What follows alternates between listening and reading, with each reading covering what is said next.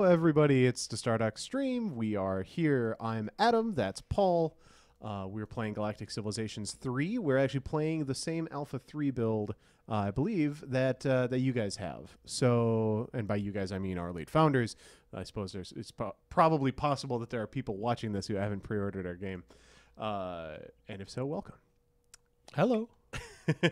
Anyway, we are here. Parrot Math wants to know if we get a new spaceship from Adam today. He's always very interested. Here's in my Adam's design. new spaceship. He's getting better. I told Paul he would maybe be less embarrassed this week. I'm not sure what's going on here. Come on, Adam. This would fall off. You got to think of these things as if they were engineered. But I don't have to worry about physics as long as I'm not going to print this model. That is suppose is true. Oh, you guys, kids these days. Actually, we have a guy, Brandon, who is becoming my ship designing protege, and he's going through the dredging ships right now. And I have a feeling they'll pretty much all be redesigned Oh, really? before. Well, maybe not all.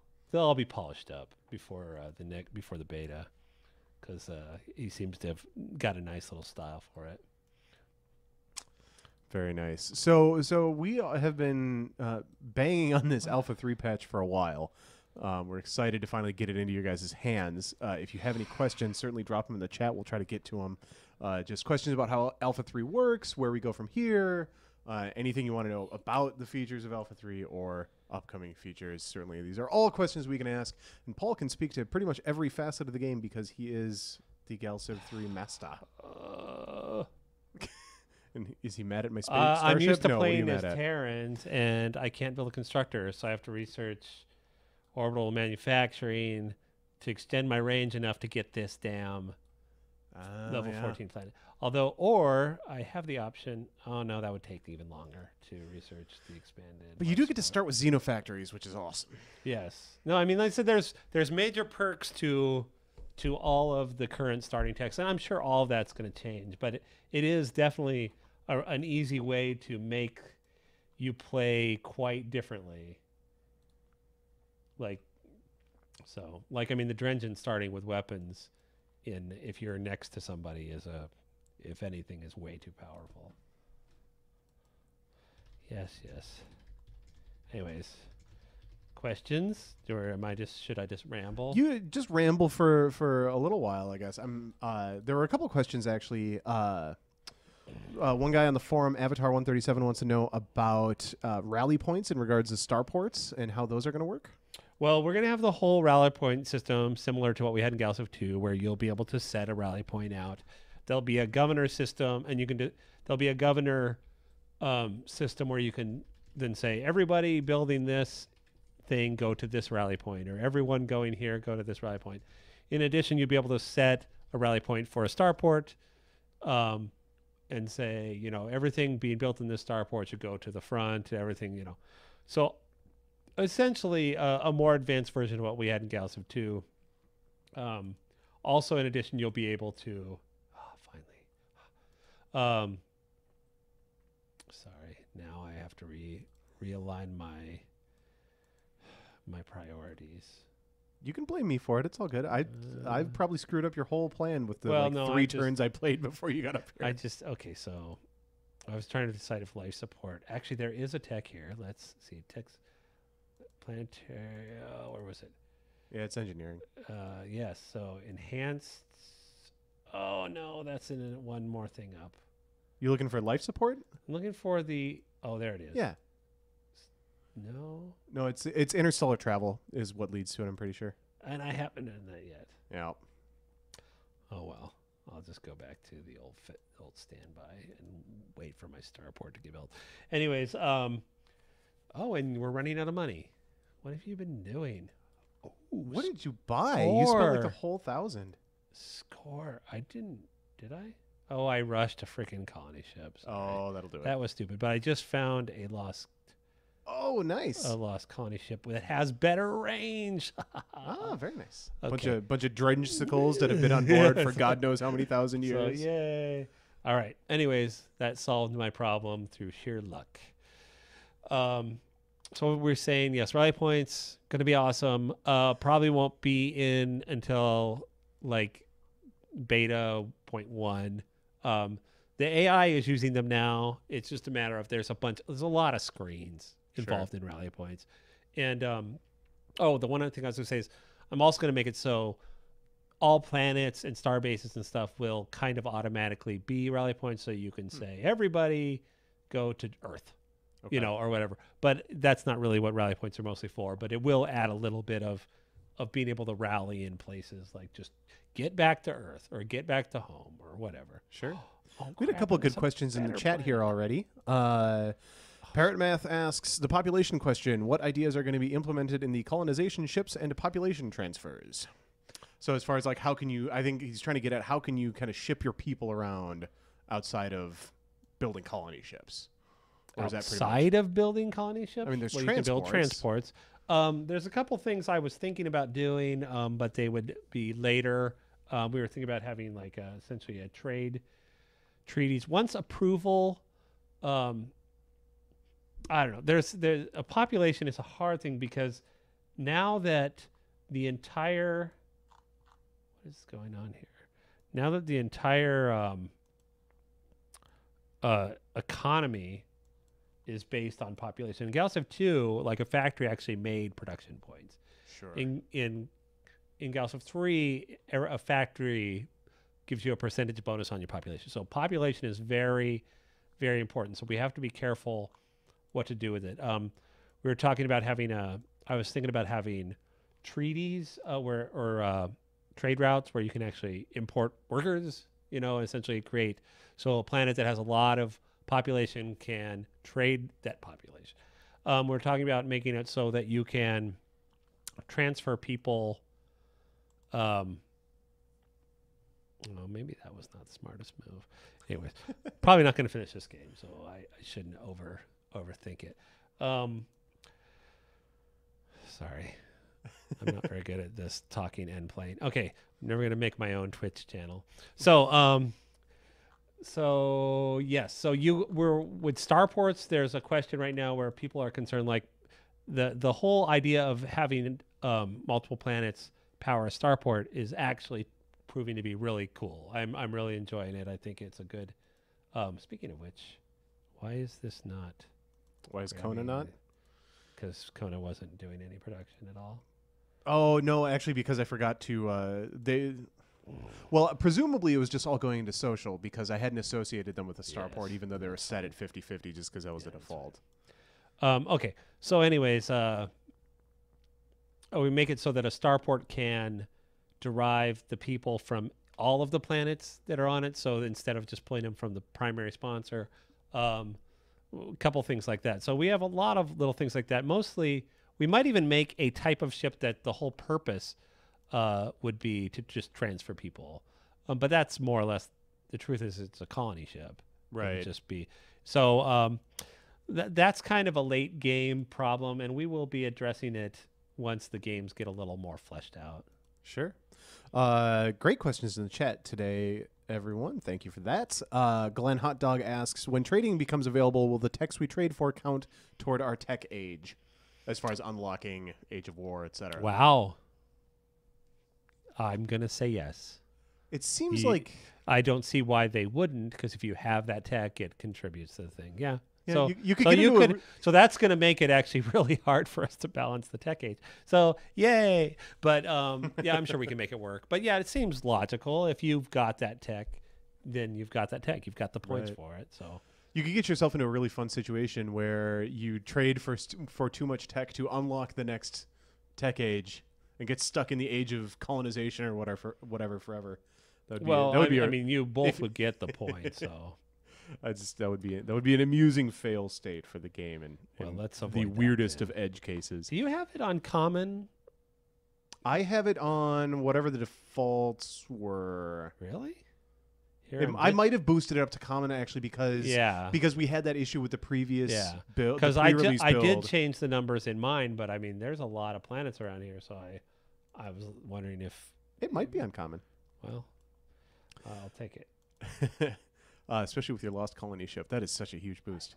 Otutus asks, has your testing of Alpha 3 shown odd bugginess where attacks don't seem to actually affect the ships? Damn it, I was hoping that wasn't in the alpha. Yes, we have found this, and it's actually worse in the build we have. And the guy who did it, who we love, and I'm not bad-mouthing him in case he watches this from Disney World, did something, and we can't. And all of a sudden now, like if it is an attack from one tile away, and somebody's already targeted it or something, we can't. I mean, Alan's figured it out and went, oh, we should let Nathan fix this. But yeah, there is definitely a bug with that. Hopefully, I have noticed that the good news is in the alpha, you can, I think, load the game or save the game and reload it, and then you can attack them. Whereas in the build we have, you're just screwed. So, yeah. So in this case, you guys have a better build than we do, or at least for that. Very nice. Adric777 asks, are the methods for victory going to be all the same? For instance, ascension, diplomacy, tech victory, etc. Okay, well, we're going to have, of course, conquest. We're going to have... Sorry, whoa. That's some weird clicky problem. We're going to have conquest, cultural, of course. Cultural will be the next victory condition. Wow. I don't like your mouse. Oh, yeah, that mouse sucks. Cultural will be the next victory condition in. And then there's Ascension, like there was in Twilight. Though I have an idea on how I want to change that, and I need to run it by Brad because he will be able to say that's a dumb idea, but I think it's a good idea.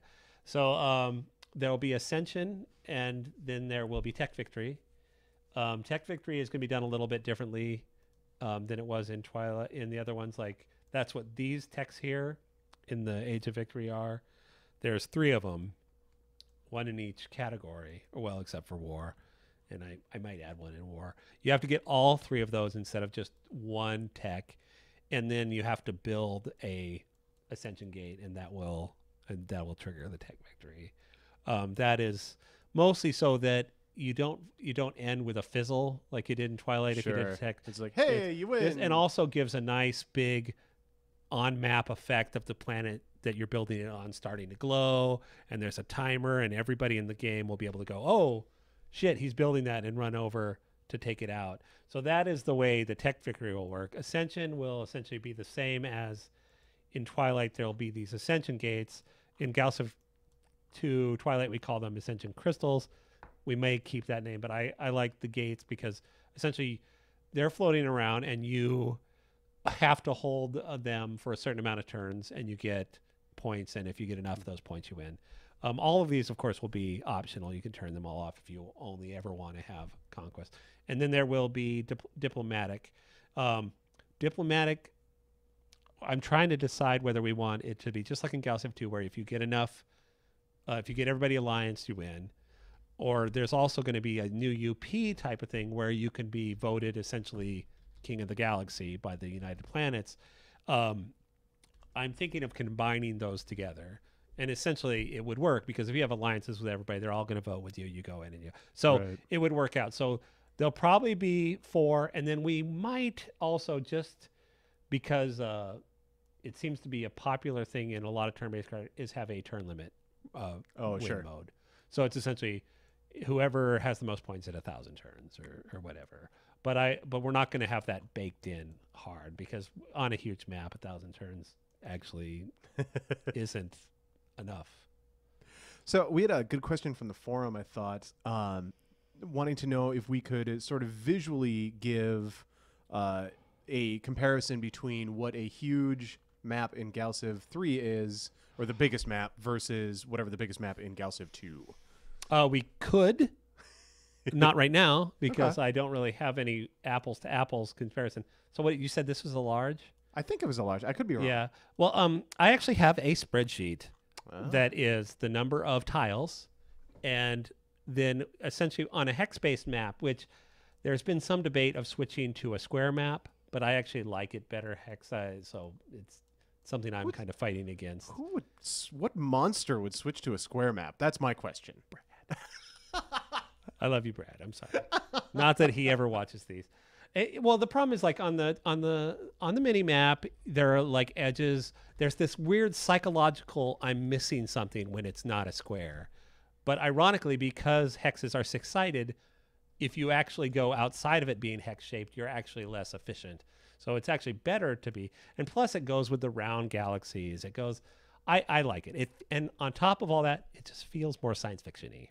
It does. No, Yeah. So anyway, so if you essentially start at whatever the center of the map is, go out to this corner, that is the same number as tiles from here to here. I don't know if people can see my cursor. And so that times 6 divided by blah, blah, blah is the number of tiles. So I actually have this little chart, and I went in and calculated out the Galactic 2 ones. The huge that is currently in is about 20,000 tiles bigger than the gigantic in Galactic 2. I have a gigantic that isn't in yet because I just haven't got around to putting it in, and that will be even bigger. And when I say 20,000 tiles, it's actually surprisingly doesn't add that much because once you get to that big, you're adding volume, and it just like, I mean, you literally add, 10 tiles out, you've just added 100,000 tiles. So it's going to be a hard balancing act. I know Brad keeps saying it's going to be 4 times bigger or 5 times bigger, but since they're not squares, sure, which is maybe one of the reasons why he wants to be square, so he can just say, see, we put 4 of those on there. Ugh. But and honestly, as much as I'm all for them being gigantic, there's going to come a point where they're just not fun anymore. So we'll see. And then at that point, like one person was suggesting, can you have 2 galaxies on one map? And there's all these options where we can have masked shapes, and the galaxy is one big donut, and therefore no one can get to the middle, and or there's this perfect star in the middle, and the whole game becomes a race for life support, or whatever. So there's all kinds of stuff we can do with that. And we've made the map generation very flexible. As a matter of fact, it's disabled right now, but there is a mode where there are hex-based sectors. And I know some of the older players will have seen mock-ups with it having hex-based sectors. And we've even made it so those sectors can be turned on and off. So you could actually make a circle where there's literally nothing in the middle of the map. And that forces everybody to go around. Or you can make a T-shaped or a star-shaped. These are kind of ideas we've had for multiplayer maps. Although most of those cases, the best results are just going to be by putting the stars in good spots. And when black holes come in, that will make a big difference too, because those will become something you have to go around. Right. Yeah, I always thought that the different map shapes in Sins of a Solar Empire, another one of Stardock's games, well, we publish it anyway, the map shapes in that have such a huge effect on gameplay, and there's no reason we can't have a similar effect in Galactic Civilizations 3. I will say also, for those of you who have played enough now to where, oh my God, I went through all that, and there's not even enough room. Is this thing done building a construct? Oh, I never. Oh, kill me. Don't talk and play, I guess, is the moral of the story. So the see, I just totally lost what I was saying. Something really important.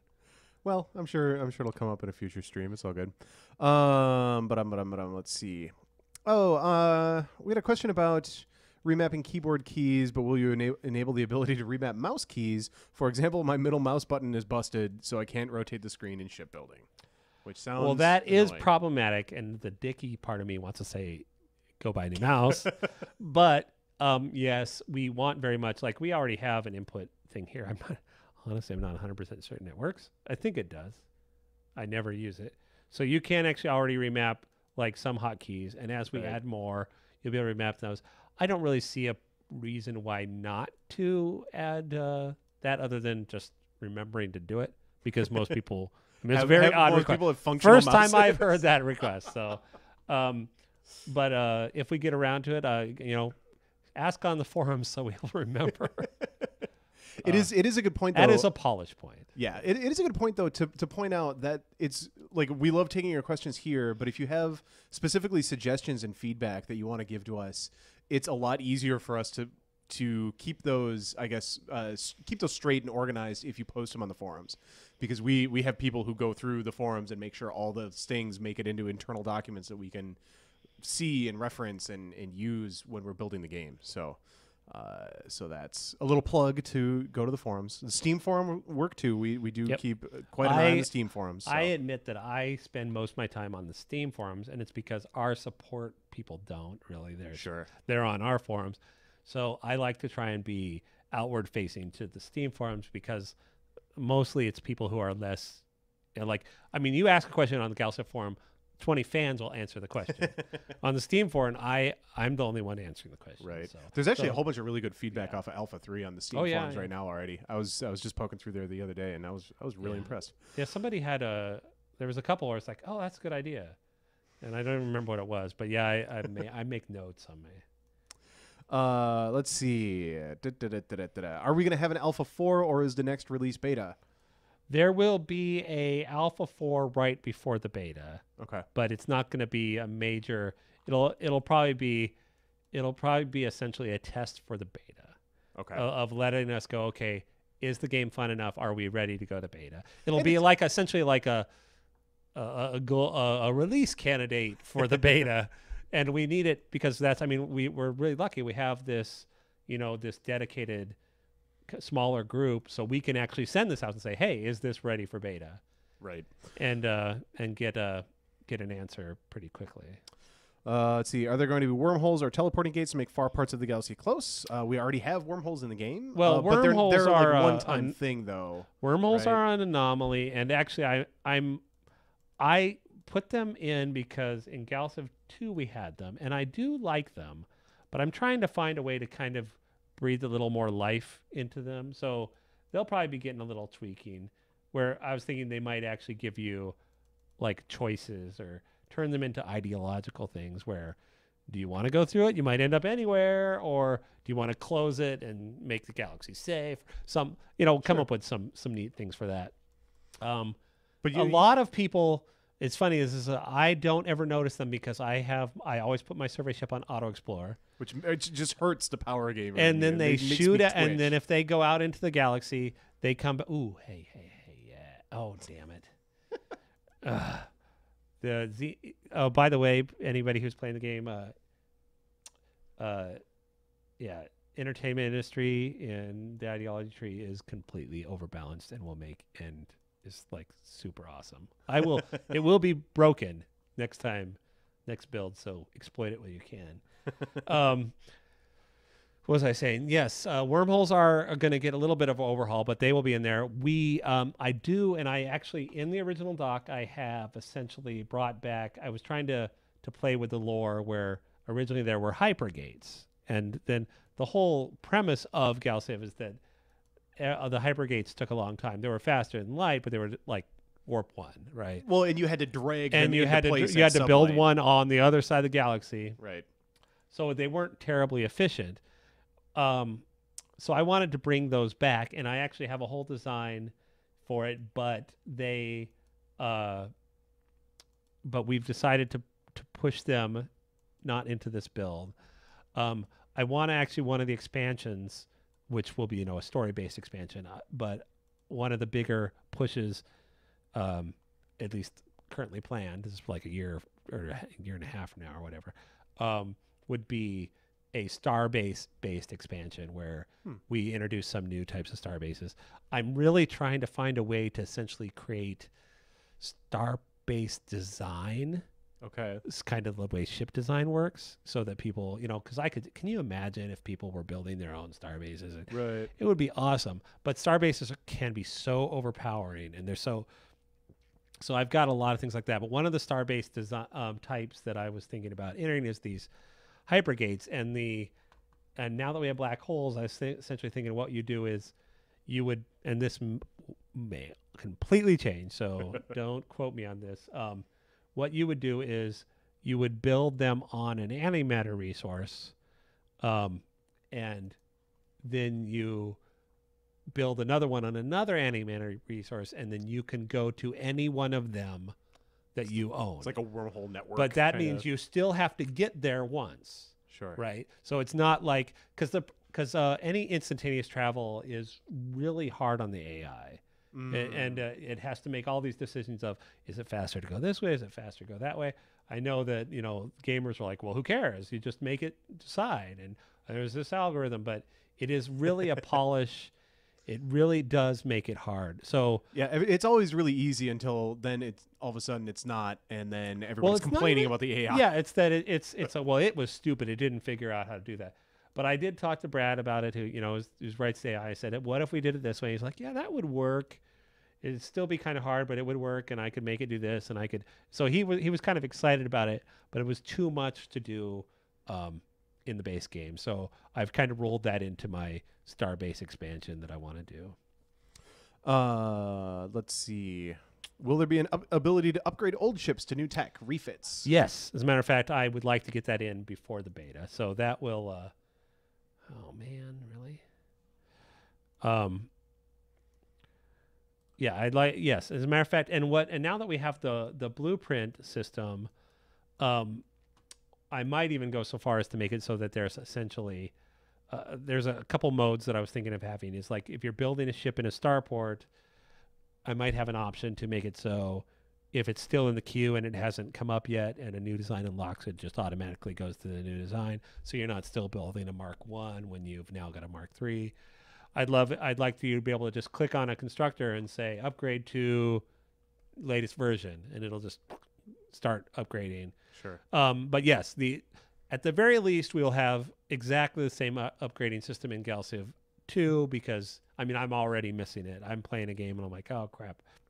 It's like your survey ship's out and about. I'm tired of this survey. The scout. I'm tired of the scout. Yeah. I want a further scout, or I want an armed scout, and you can't do that right now. So, yeah, that is definitely coming.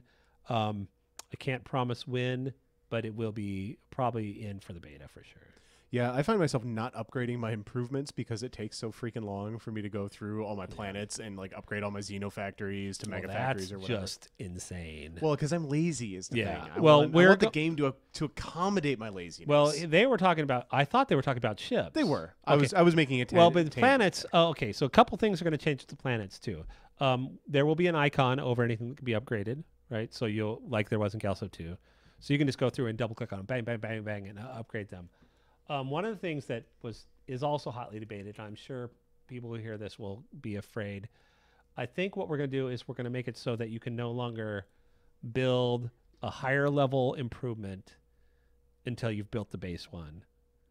Because the problem is right now is like you go in here and it's like, it's going to take me 80 turns to build this mega factory. Oh, sure. Right? So, and you can go to old, grab the basic factory, and then it'll take you 8 turns or whatever. And so what we're going to do is probably make it just so that when you get to this list, it only shows things that you can upgrade to. That are the low level ones, and then you bring them up. Couple reasons for that. One is that now that the starports are off the planets, the queues are going to get empty, and you're going to have to spend a lot of time going back and just setting them to idle. So it gives the player something to do there. It gives them a chance to interact. The other a couple other reasons is when you build a basic factory, it is working the minute you build it. Right. Yeah, so it's always better gameplay. And then as you upgrade, you're still getting that basic So what we did to do is make it such a fluid experience that you don't really even notice the difference. But it will just be a much better flow, especially for these late game colonies where you only have like 8 people on them, and all of a sudden I only have industrial sectors. It's going to take me 100 turns to build one. So, yeah, that's one of the things we're doing. We actually did that in Fallen Enchantress because in Galciv 2 it was kind of annoying. And then in Galciv 3, I was just essentially going along and said, hey, whatever happened to this? I remember liking this. I could do this. And it's because for the power players who have a lot of money late game, they'd just buy, bang, bang, bang. Right. And so you didn't really notice it. But it is really crippling, especially mid-game, when all of a sudden, well, it's like, oh, crap. And if I have to hit tab, old, bang, bang, bang, that's like 4 clicks that I shouldn't have had to do. Parameth actually said something that echoes what I was going to bring up as soon as you finish talking, which is could you automate it and make it so that you basically if you wanted to build a mega factory on your new colony, Yeah, you you just just- select mega factory, and it builds the basic factory, and then it builds it's the xenofactory. it's more of a and- question of just interface, whether it's Right. like, will all factories just turn to mega factories? So in that case, you don't even have to choose mega factory. You just build that, and then it goes build factory, and then when it's done, it builds the next one, builds the next Right. one, builds the next. So that's what we'll have to play with, is the interface and how it feels. But I'm gonna try and get that in as soon as possible so we can start testing it. Adric asks, it looks like your influence isn't expanding very much. Is that not in, or are you? It is in. It is just not. It is way underpowered, and I have already. Do Okay, you even have embassies yet? well, three things right now in the existing build. Ideology. All of the influence improvements are under ideology, and they're all gimped. So you really have to go out of your way to expand your influence. 2, there was just the default values were just way too low. And 3, in the next build, there will actually, and there are influence improvements now under diplomacy. You go up diplomacy, blah, blah, blah. Those will be in. And then so you can actually start building it. In the build I have right now, I literally just tweaked the default values, and it already feels way better. Although right before we came here, I was playing a game, and I researched, and this is funny because I'm the one doing this, and I see these things. So I researched cultural diplomatic specialization, influential voice. I was all excited because this gives you a +10 to influence. And there is a bug or something, and my influence shrank. Oh, so no. I got to figure out what the heck happened there. Actually, now that I see it, it does say +10. I think that maybe it's just a bug. Maybe it was a rounding error, or maybe it did go up and I couldn't tell. But yeah, I was like, "What the hell?" I felt ripped off. Funny. But yeah, we need to get one of the reasons why influence needs to be in right away is I want in beta 1 you to be able to play to cultural victory. Sure. Had a question here. Actually, it just showed up in the stream. Does the game run on 64-bit Vista as well? We get this question a fair amount. That's a good question. I believe it probably does, but it's not a platform that we're officially supporting. We're not supporting Vista? I don't believe we're supporting. I can double check. Yeah, I don't know. I thought it was Vista or above, but it might be 7 or above. It might be 7 because Vista had some wonkiness with DirectX or something. Yeah, didn't it? yeah. They don't support 11 or something like that. Because if it doesn't support 11, then we wouldn't. I don't know. It's one of those things where Microsoft was just trying to force everybody to upgrade. Right. Right. Yeah. Officially, it's Windows 8.1, 8, or 7. Oh. It may or may not run on your Vista install. So I guess buy at your own risk. Which I wish I had a better answer for you. I wish we could be more inclusive. I have one. Oh no, I don't. I was gonna say I have a Vista machine, but I guess I don't. It's gone. I was going to say, you poor bastard. Well, I used to like some of the aspects of Vista. I still miss their Really? little. Like the widgets and stuff? No, it was all in the Explorer. They had the tabs at the top of the Explorer windows, so you could really quickly sort. Whereas now you actually literally have to go to a certain mode and then hit tab and then search it. It's Really? it's an anal retentive file management see. issue. I see. That's the only thing, literally the only thing I miss from Vista. Excellent. Let's see. I think we have pretty much run through our questions at this point. Thank you all very much for watching. Paul, did you have anything else you wanted to get to this week before we sign off? We're actually going to be on break next week. Stardock entirely is closed, so we're on some nice vacation. Paul's heading out of state, and I'm staying in state and hosting family, which is either better or worse. I'm not sure. Well, the good news, I am actually going to be working on the campaign while I'm gone, but and working on some ships. Because that's what I do to relax is make ships. I just checked in on all new Terran larges this morning. That was very nice. Maybe. Oh, also, the blueprint system, which all the testers are playing with right now, is pretty cool. But I realized I did a mistake, and I was giving everything higher weight to engines. So that is why, the AI and everybody would be really short range. So I fixed that this morning, and it made a huge difference. And it's literally moving one line down in a spreadsheet. And I'm like, oh my God, the game is like so much better now. So that will be in the next patch, which there is a patch planned for after we get back. Which would be like an Alpha 3.1. And it should be a lot. Alpha 3 patch 1. I don't want to oversell it, but it'll be the best game ever. No. I spent most of today playing, and I didn't mean to. So that's a good sign. I essentially went into test. I'm like, how did this work? And then I'm like, 4 hours later, I'm like, oh my God, this is actually kind of fun. It feels a lot better. So the next patch should feel a lot better. I still no guarantee, people who are looking for a finished game are still not going to be happy. But the people who have suffered through the early alpha will start feeling like, oh, hey, this is becoming a game. So right. I'm looking forward to getting that patch out. 2 super quick ones before we sign off. Will NVIDIA surround support be added? Are we doing any kind of 5.1 or anything? We have a whole sound guy working on this, and I don't know. Honestly, I don't know. The sound is kind of my blind spot. Brad really cares about sound, but I tend to forget about it unless somebody points out, hey, this is horrible sound. So that's why we hired an expert, and he is now going through the game. Technologically, I think that surround sound is supported, but I don't know what brands or how or who. Gotcha. So that's a good question that maybe actually ask on the forums, and maybe our sound guy will actually answer, or ask me on the forums so I can remember to ask.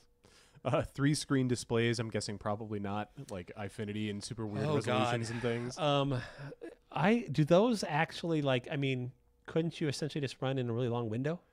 Man, you are asking the wrong guy. Yeah, because I've run Galactic 2. I even Galactic 2 on multiple monitors as one long window. The problem is really the interface isn't designed for it. Right. We'll see. Obviously, I always wanted to have essentially like a iPad or a second screen app that essentially is just your govern screen. That'd be awesome. Or something like that. So that's like running over your plan, and you can go over. Yep. So, but that's kind of a wish list thing, and it would probably be after the main game if we get any cool features like that. Sure. Sorry, one last one. Glenn Hot Dog asked after somebody else asked and reminded me because I missed a question. Can you trade techs from other tech ages? Like once you get, if you're only in the age of expansion, can you trade for something out of the age of war or vice versa? That's a good question. Since tech trading isn't really working right now. Well, it is working. It's just not working for you, and it only works in multiplayer because the AI doesn't know how to do it. There is no limit right now. We'll see whether that becomes an issue. Sure. Where our goal is for everybody to progress around the same rate. Right. So hopefully that will not be a problem. So I don't think we really need to limit it.